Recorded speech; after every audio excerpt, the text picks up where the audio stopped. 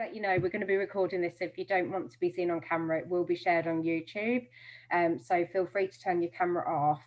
When we go into the breakout rooms, you might want to switch it on, but that part can't be seen on the video for the wider audience. So you might feel a bit more comfortable than being on camera, but that's at your discretion as well. Right, so welcome to the Lean In Leads Mentoring Launch 2021. This is our first of hopefully at least 2 rounds this year. Really pleased to say we've had, I believe, 64 individuals participate in this round. Last round we had 104, so it just shows that there's a lot of demand for mentoring and menteeing at the moment, which isn't a surprise given, you know, we're all working remotely and don't want to bother our managers and still want to get ahead and plan for our future. So we're really pleased to see, you know, and we've had some feedback from the last round that's shown that people have been really grateful of the opportunity to get the support. It doesn't always work out, and there'll be some more discussions about that later on in the presentation about, you know, what to expect. And I won't steal other people's thunder from later on. So if we can move on to the next slide, Sarah. Okay, so that was just the intro slide. So this is our agenda for tonight, and we're hoping to be finished, did we say, by 5 to 7? Very specifically. Well, by 7, hopefully. It should be by 7. By 7. So obviously we're going to just go through a little bit about who we are. Some of you will already know this. We have been revamping that over the last couple of months. So if you've not joined an event for the last couple of months, but you've joined in the past, then you'll get to see what we've been up to in terms of how we're structuring ourselves, what we're all about, and how we're positioning ourselves to kind of level up for the future. And we've got our new adapted code of conduct, which is really how we respect each other in meetings and how we participate and engage with each other as well. And then we're going to go through sort of how Lean In mentoring is different to industry mentoring, recommended timeline for your relationship with your match. There is opportunities in the future to rematch. So, you know, and also if you're not happy with your matches, we can discuss that later in the slides as well. And when I say not happy, I don't mean, oh, I don't like them, but, you know, maybe it might not be suitable for you, or you might not have the same skill set or whatever. So don't feel nervous about coming back and just saying, you know, this isn't going to work for us, and we'll try rematch you if we can, or put you into the next tranche. We're going to talk about what mentoring is and isn't. We're going to have a breakout session in sort of teams with smaller groups where you're going to have a chance to discuss these 2 questions. And there's going to be a bit of experience sharing, and then we're going to give you some tips for your first meeting, and then hopefully close off. It sounds like it's going to be really quick, but it won't be that quick because it's going to be at least an hour and a bit. So, and also just to let you know, we are hosted on Lean In Org Zoom account. So technically, Lean In US does have access to this because we're under their franchise, if you like. So it's just to make you aware, no one's going to be likely to be logging into it, but technically it's hosted on their solution. Okay. So Lean In Leads, behind the scenes, we've got a steering committee, and there's quite a few of us on it now. I think about 12 or 15 members. And in October last year, we decided to create a bit like a business structure behind the scenes. So I won't go into too much detail of it, but just to let you know, we've got a strategy now. We've got stream leads to head up each strategy, and our strategy focus on several key areas, including community, diversity and inclusion, and the standard sort of evening events, breakfast club events and such like. And obviously the mentoring stream, which focuses on this.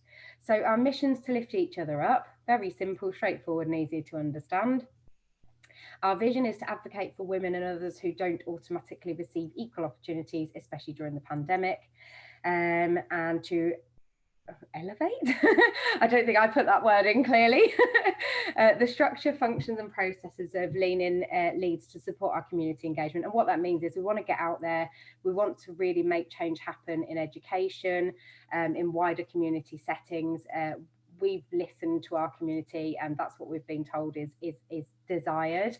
So we're trying to figure out ways to make that happen. There's all sorts of interesting ideas going on at the moment, but COVID's not helping with actioning those plans, but we'll get there. And then to align in with Lean In global strategy, because there's a lot of communication comes out from them, and we feel like there's a lot we could do to make sure that the message that we're giving is also aligned to theirs. And Sarah's our Lean In liaison, so she speaks to HQ in England quite regularly about what Lean In Global want us to do and how we can align to them better. So that's really good as well. So this slide I'll keep very quick, but you can see there are values, they're sort of general values, but it's all about what we expect of our participants in terms of our steering committee to support in delivery. But it's also something we'd like to let you know that we are trying to look at in terms of our values as well. And if anyone's got any ideas or wants to feedback, our email address you will all know. Please feel free to engage. We love it, and we welcome anything the community wants to offer to help us to level up. Our aim is to increase our presence in Leeds, Yorkshire, and just generally as a recognised force for change. We're one of the biggest communities in the country, and we want to reach new people.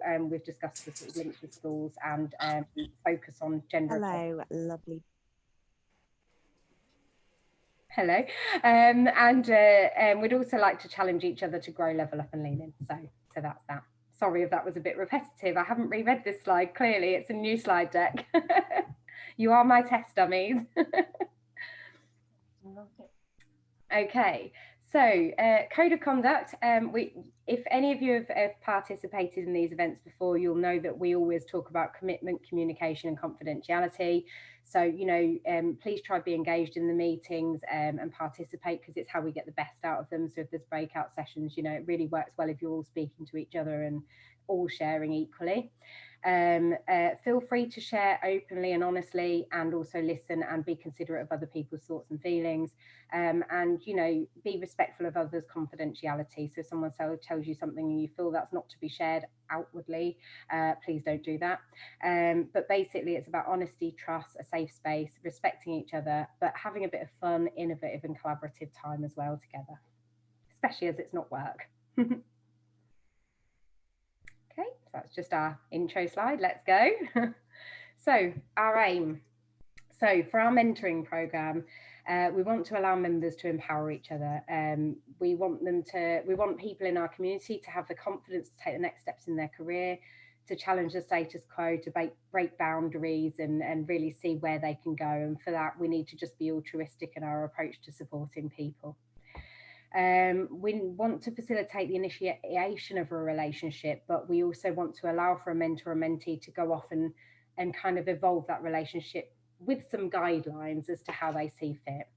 And we also want to explain what mentoring is outside of a workplace scheme, because it's quite a different thing. So we've got some suggestions around that can help you to understand what the differences are, what the opportunities are of that.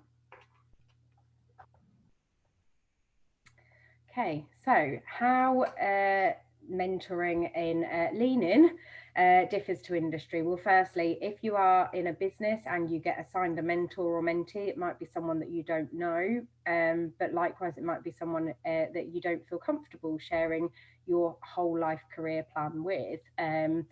Aside from that, and there's nothing wrong, workplace mentoring schemes are absolutely fantastic as well. If you get a good mentor and they understand your skill set, there can be very practical skills that you gain, but also there might be a bias towards what that person perceives your barriers are, and also there might be a sort of view of where you can go, or maybe a channeling of where you can go, that it isn't actually the right thing for what you want for your life. So looking a bit out the box and thinking about what your potential and your scope is, but not just limited to your current career or your current climate. And I think that's the main thing, really. You can read all the stuff on that slide, but that's basically what it's about.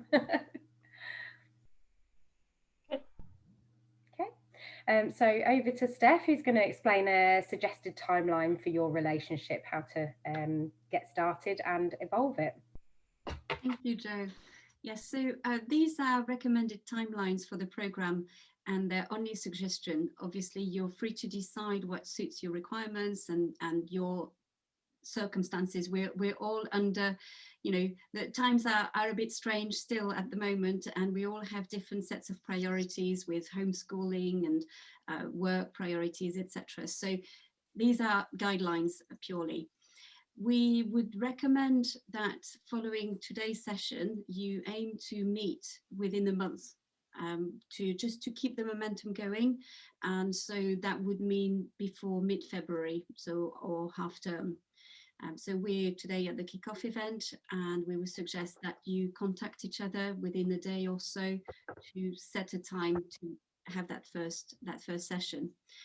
We recommend for this relationship to last for around 12 months, ideally, with meetings at a frequency typically between 4 to 6 weeks.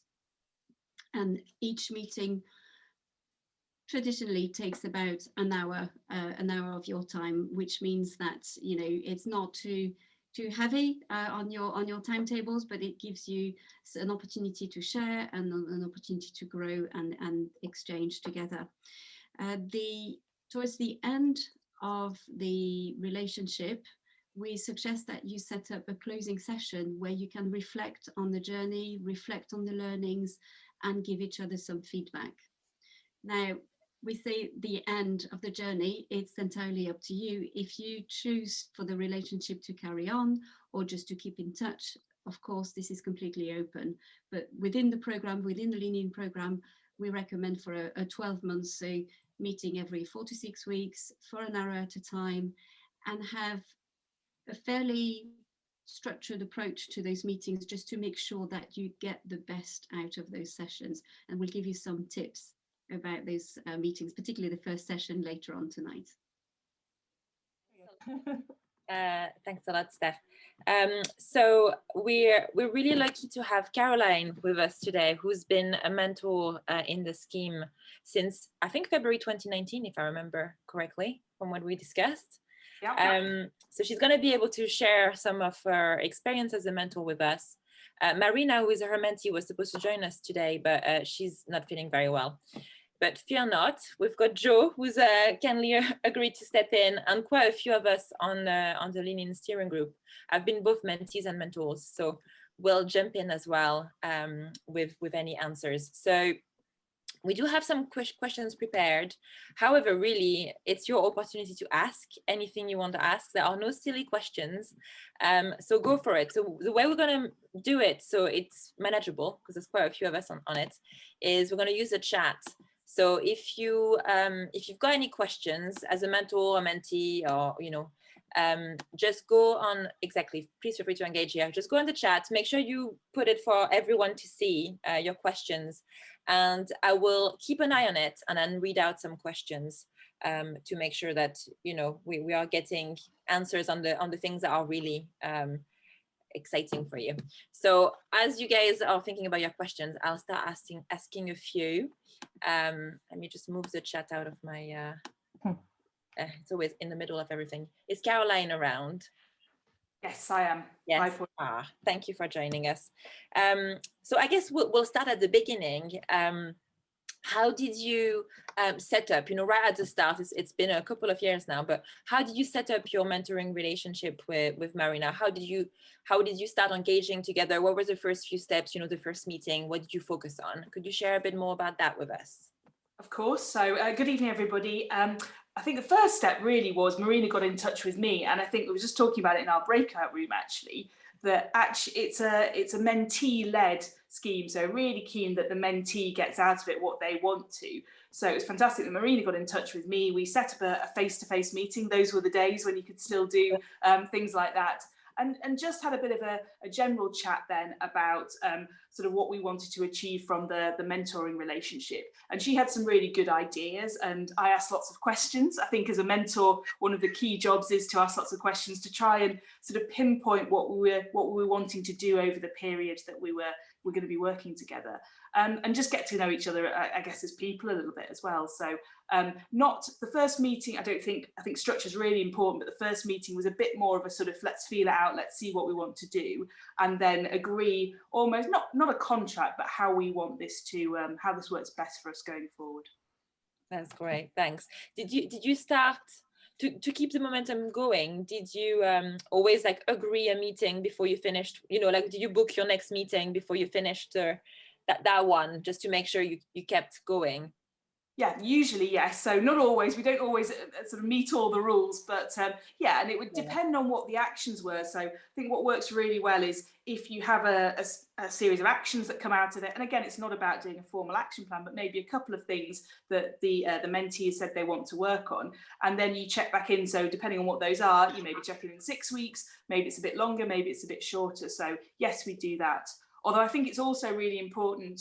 What I would say is, not just agonizing about the next meeting, but if there was a question in between, I'd much rather that Marina would give me a call or drop me a note and say, can we have a quick chat, or just give me a ring and we can talk about it there and then. I think little and often is also really important, and not feeling too bound by that that sort of formal structure that you might have in place, which serves a purpose, but can sort of delay things unnecessarily if you're not careful.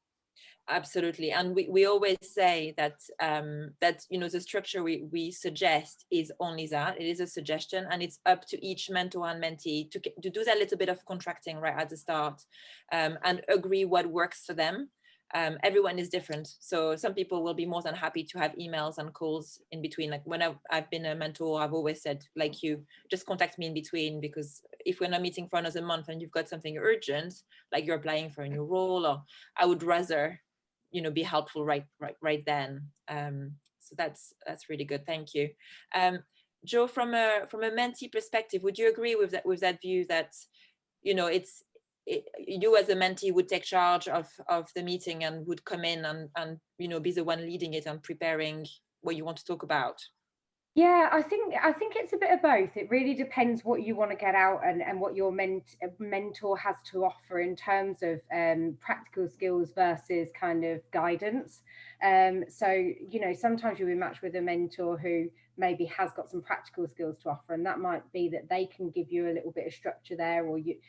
So some of the sessions I've been in where where a mentee has asked me, oh, could you give me these particular set of skills, and then in some of the sessions you might split it up between a bit of both, and I found that in my previous experience to be quite helpful, because I had a mentor who had some skills that I needed, and some of them are really practical. So for example, CV structuring, because at the end of the day this is an impartial scheme, so therefore you might be planning to make your next career move.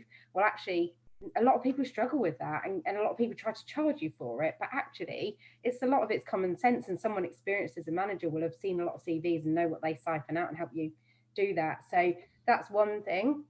And another set of skills that I got help with was like behavioural, and how to operate at a more senior level, sort of from a behavioural perspective as well.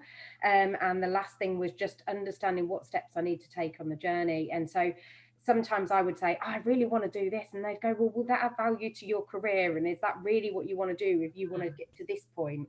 So sometimes it's kind of, you say what you want to do, and then they can help you structure what the sessions will look like to get there. That's really helpful. Thanks. That's some already good questions on there. So let me have a look.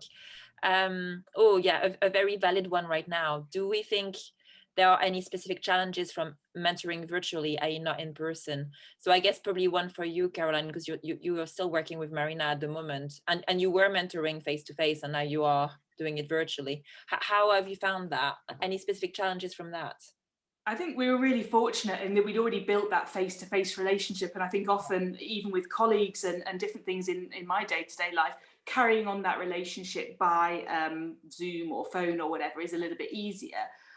So it's not been as easy. It's not been as fun, obviously, to go out and meet for a drink and just have a bit of a chat, but it's been fine. And I think we've made the structure, it works for us. I think video call is better than voice often for some of these things, just to build a bit of rapport. I think you can do a mix, but occasionally a video call is really good. I think if I were sort of building a new relationship from scratch, then it would maybe be a bit more about putting in some of the upfront social, almost the social niceties, the getting to know someone, that if you're on a Zoom call, you can become quite, certainly at work, task focused. Okay, let's get straight into an agenda. Let's do this, that, and the other, where you don't have sort of, I don't know, waiting at the bar to get a drink or have a bit of a chat. So I think maybe just thinking about how you get to know the other person as an individual, as well as about their mentoring aspirations, is probably something to think about. Yeah, completely. And I agree with you. I think being able to see people on FaceTime or whatever you might do, it just makes it so much easier. And hopefully, although you might all be starting your relationships virtually for this cohort, let's hope you don't end it virtually. Hopefully you will get to meet face to face at some point, and that will be really lovely when we're able to do that. Pauline, I was just can I just add something to that, because I actually asked that question, but I was just thinking, in my experience of mentoring, I've been a mentee in the past and done it face to face. And I think one of the things actually that just occurred to me while Caroline was speaking, that was that one thing that I really valued from the mentoring relationship was that you physically go out of your office and go to meet someone. Yeah. I feel like there's some sort of thing that happens in your brain where it gives you a bit of distance from your sort of day-to-day work. And I think actually one of the challenges of Zoom mentoring is actually that you just sat in the same place that you sat all day when you're working. And actually one of the things I'd suggest is like maybe trying to find some way of distance, you know, having a bit of space between your day-to-day work and the mentoring, because it does help you get into that headspace of like, you know, what, you know, slightly stepping back from your day-to-day and what do I want to do more long term. So yeah, so I thought that might be quite an interesting one. Maybe have your call whilst you're having your daily walk, and getting some fresh air as well as some great advice all at the same time. That can be a nice lunch break. Yeah, it's a really good point. What else do we have? So one for you, Caroline, or anyone else who's been a mentor before. What do you think really helps the relationship work from a mentor's point of view? From a mentor's point of view, yeah, I would say for mentors, I think trust is the big thing that makes the relationship work on both sides. So it's really thinking about how you establish that trust, and are you really clear about what your expectations are on both sides, confidentiality, all that stuff. It should go without saying, but I think that, you know, that really builds the foundation.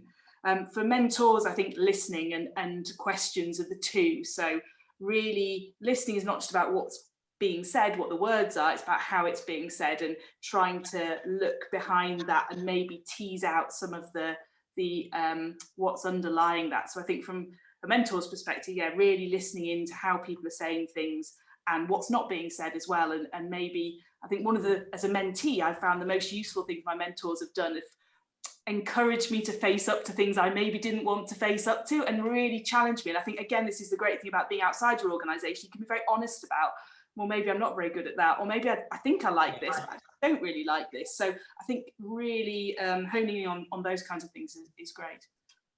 Absolutely. As a mentee, I think if you have that trust there, it enables you to be a little bit more vulnerable and a bit more honest. And actually, that's where you get the really valuable support. Because you are having those conversations that maybe you wouldn't feel comfortable having with your line manager, because you might not have that relationship with them or feel comfortable putting yourself out there. That's great. Was there any obstacle or challenges that you faced along the way, and how did you get to overcoming those? No, I wouldn't say any sort of huge obstacles or challenges. I think time is always, you know, a challenge, and finding the time and finding the time to agree stuff and do stuff and make sure things keep moving forward. I think momentum is really important, and that's why the structure's in place to encourage people to meet regularly. So I think that's always a bit of a barrier for these things, but generally no other significant obstacles. Maybe Marina would say differently, but I hope not. No, I think last time she agreed with you. You guys were clearly working really well together. Jo, anything from your previous relationships as a mentee or as a mentor? Any obstacles you faced? I think the biggest one is understanding what that person can offer to you and asking them the right questions. And I think the other thing I'd say is thinking maybe about when you get to the next step, what you might need to know to leverage your next step afterwards. So thinking a bit more ahead, because I remember for me, my mentee relationship, I had someone sort of 2 levels above me mentoring me, and the brilliant thing there is that's gold in terms of access to information, and had I known what I know now, I'd have asked, how do I operate at your level? You know, what is it that you had to do to get to yours? And actually there's be loads of stuff that you can start way back when to get yourself up there if that's where you're planning to go. And then the last thing I'd say is the mentee doesn't always have a really ambitious plan. They might just want to get their promotion at work, and they might just be quite happy staying kind of fairly stable. And that's a really important one, as well, as to not be trying to position them for some great massive CEO achievement when all they want to do is, you know, be a team leader instead of a more junior role or something like that. Yeah, so as a mentor, respecting your mentee's ambition and not projecting your own onto them. And then as a mentee, don't necessarily just think about your next step. If you can, think a few steps ahead, or at least explore the option, right? Because if you've got access to somebody really senior, you might as well just make the most of that. Yeah, that's a really good point. What was the best thing that came out of mentoring and the impact it had on you? Jo, do you want to start, and we'll go to you, Caroline? Yeah, so for me as a mentee, mine was actually a workplace one, the particular experience I had, but it really doesn't matter. It was just luck, because the CV structuring was one, because the person told me not to limit myself by the company that I was in or my own boundaries. And the next thing they did was help me with skills in terms of how to prepare a paper, which is useful in most jobs, and I actually do it on a daily basis now. It also helped me pass my exams and access opportunities throughout my whole career. So it was the most powerful thing I've ever done, honestly, and that was free, you know, not paid for by anyone else or anything. So that for me was just really, really valuable. Great, thanks, Jo. And Caroline?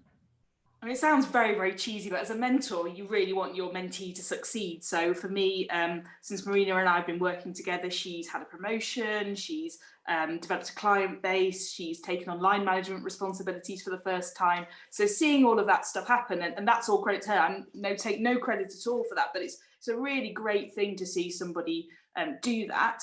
And then I think selfishly for me, also I can take some of what I learned from her back into my job as well. So it's not just a one-way thing that I have all the answers and I disseminate those to her. Absolutely not. So thinking about things like listening. I mean, she's in a completely different industry to me, so thinks in a completely different way. I'm an accountant. She's a sort of marketing executive. So it's really great to be able to take those different insights back and yeah, just challenge yourself on your thinking too. Because for an example, she and I talked about an opportunity that had come up for her, and the way she presented it, I had a very strong view that one thing was right for her, or you know, maybe the other thing wasn't. Actually, we talked about it a lot. She went down the other path, and she was absolutely right. So it's also taught me I'm not always right all the time. That's a lovely way to end it there. I love it. So it's a great opportunity to learn on both sides, and we always say this, like as a mentor, you've got a lot to gain. I think we're running out of time, but there was one question that someone asked that was a bit more generic for us around have we evaluated the program? So we do ask previous cohort for feedback. And actually the cohort that started in the summer last year, we are doing some more regular surveys of this cohort to understand the impacts the program has had on them. So we're going to be looking at things like how it's helped increase their confidence and other soft and hard skills. So we will be able to share that with all participants once they've been, mentoring each other for a year. So the answer is we are in the process of doing that, and we'll be doing this with this cohort as well. So expect some surveys from us, like quite short ones, just so we can understand how valuable this is to you. Thank you so much, Caroline and Jo, for sharing. That's really brilliant. Appreciate it. I think if we, on the next slide, Sarah, we've got some examples and some things that we came up with as a steering group. So kind of from the mentee perspective, be really proactive, drive the relationship. As we said before, you get out what you put in. So the onus is on the mentee to make sure you arrange the meetings, you plan and you prepare, and you also do what you say you're going to do for the next meeting. And make sure kind of you're preparing that in advance. Commit to the relationship, follow up and action everything. And then from a mentor perspective, listen, active listening. Don't jump to giving advice. So sometimes things need to be dug into a little bit more, and challenge, support, cheerlead, those sorts of things. So yeah, thanks Laura, all of the things you mentioned, which is great. I think before let me just check the chat. When coming in chat's quite good. Oh, okay. As a mentee, being clear in articulating what you'd like to get out of the relationship. Yeah, definitely key. And knowing what that is before you have your first meeting, I think is really important. So some tips, just we're going to leave you with kind of a summary for your first meeting. So I think lots of these things we've mentioned, and particularly in the session with Caroline and Joe, they were covered really well. But we know it's tempting to dive straight in, but spend some time in that first meeting getting to know each other. If you both feel comfortable, then I think that relationship's going to kind of blossom, and the next meetings will be a lot easier to be really open and honest. Understand what areas you want to develop, what goals you're working towards, set expectations, so discuss logistics. I have had a mentor from the previous cohort that we did last year, and one thing that's been really interesting is deciding how we're going to document and what mentoring model we're going to use. So we've chosen a GROW model, which has been really interesting for me to understand as something a little bit different. So when you'll meet, where you'll meet. Obviously, this will be virtual for now. We hope at some point this will change and this isn't going to be forever for us all, because that would be very depressing. And book in the next meeting. So as soon as you finish one meeting, it might be an idea to book in the next. And you can always move them, but it means that you've got a date that you're working towards. And I think just one final request we wanted to make was, we understand that circumstances do change sometimes, and that's absolutely fine. If that's the case and you're struggling to commit to the relationship as a mentor or a mentee, then please do just let us know, because it may be that we can rematch either one of you, or we can find someone else that might be appropriate. So that would be fantastic if you could let us know. We will also share the PowerPoint and the recording from today's session so that you've got that going forwards. And I think Sarah wanted to say something about the next event, a shameless plug from us. So thank you. Yeah, so I think that, I think we would normally have a slide on this. Just we only just remembered that we needed to do this at the end. So yeah, just to let you know about our next Lean In event. There's an evening event on Monday, the 18th of January, so next Monday. And if you haven't seen already, it's called Bringing Joy, Positivity and Connection in 2021. So I'm sure that's something we could all do with. So it's at 6:30 on Monday. You can get tickets on Eventbrite. It's free. If you want to come to that, you're very welcome. Please sign up. And that's all. Anything anybody else needed to say at the end? Joe, Pauline, anything? I'm putting all mine in the chat. Feel free to read away. Okay. Excellent. But yeah, I hope that's been really helpful for everybody, and hope you all have a great evening.